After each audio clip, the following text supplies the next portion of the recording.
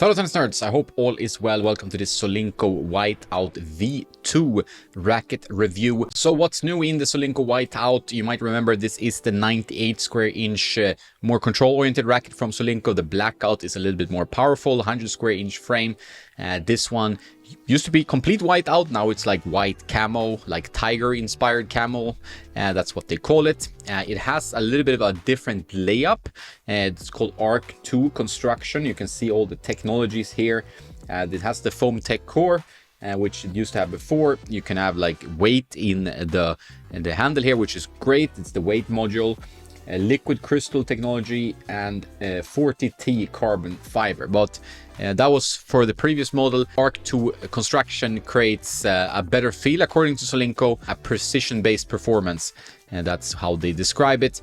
I would say the feeling is overall a little bit more comfortable and more dampened than the previous one. It feels more reminiscent to many other control rackets that are moving towards the more dampened approach. The Whiteout V2 comes in 3 different models. I've tried 2 of them. 305 grams standard length, 1619. The 305 grams extended length, 27.5 inches, and the 290 gram. I hope and I assume that they will also bring out 1820 versions, which would have been more my cup of tea personally, but I'll get to that later on. These models will be available at $229 list price, that's USD. The beam width, the weight, and the balance, they're close, 21.7. Very much a competitor to the Blade and the head radicals. For example, Technifiber TF40s has very much a similar approach in terms of a more dampening added, good power for a control frame, and quite a good forgiving sweet spot for what it is. So the main features they wanted to improve was more power and stability. I definitely think that this plays a bit more stable than the previous generation. They also wanted to improve the precision and feel. I feel like the mutedness, the dampened feel, is not 100% my cup of tea, but I can see why other players might like it. You need to enjoy a more muted response because this one feels more dampened than the previous one, which was a little bit firmer, a bit more raw. So the Arc 2 construction is the main update. The carbon fiber layup, that changes a little bit of the feel. The foam makes the racket play quite stable. That's something that Technifiber, for example, use in their rackets. 40T carbon fiber is pretty much kind of their version of the old PVS system. Added at 3 and 9 for a bit more stability. High modulus carbon fibers.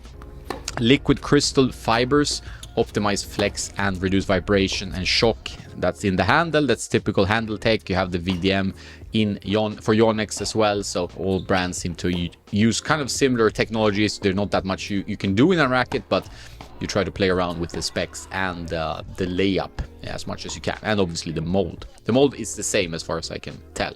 That's really what's new, like the target being players who prefer like a thinner beam, more advanced players who have fast swing speeds, players who want to have that control and precision. And I would say like many whiteout users should be able to switch to this one pretty seamlessly overall. But for me, the main issue with this one is a little bit too much of a launchiness in the string bed. I had that issue with the previous one as well. I like a little bit more of a control pattern, so personally 1820 is something I really look forward to testing. Overall, the dampened feel is quite strong, so you need to like that kind of muted response. If you do, you will love this frame because otherwise it's very good. It has a forgiving sweet spot.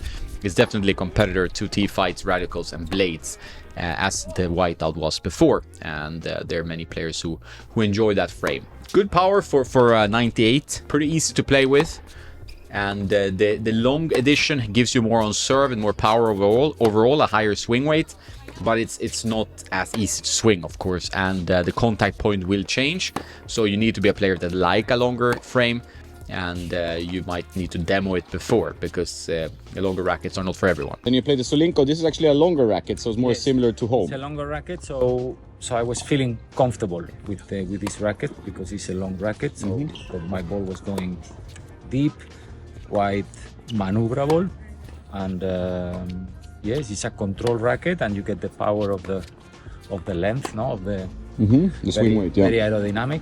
I like the standard version the best myself. I tried it with different string setups. My favorite Solinco Confidential. I tried it with a new string from them that's coming out a bit later.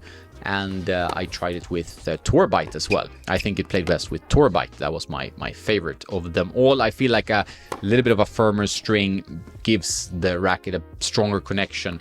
I felt like the issue if you have a muted string on a muted racket is that it's too muted. I've had this discussion about control frames many times in the past, like raw versus muted. I tend to always like a little bit more connection when it comes to a control frame, while for a power frame I completely understand that you need to dampen some vibrations a bit more. Still a good frame. I enjoyed playing with it. It's relatively easy to use and it looks very good in my opinion. It reminds me of the Clash Cardassel cosmetic. I would like to hear from Solinco Whiteout users out there if you feel like this was a good update overall, or you prefer the old generation. Older one was a little bit more raw and not as comfortable. This one, it has improved comfort, and I can understand for many players this is a key priority to do, and then it's a good choice.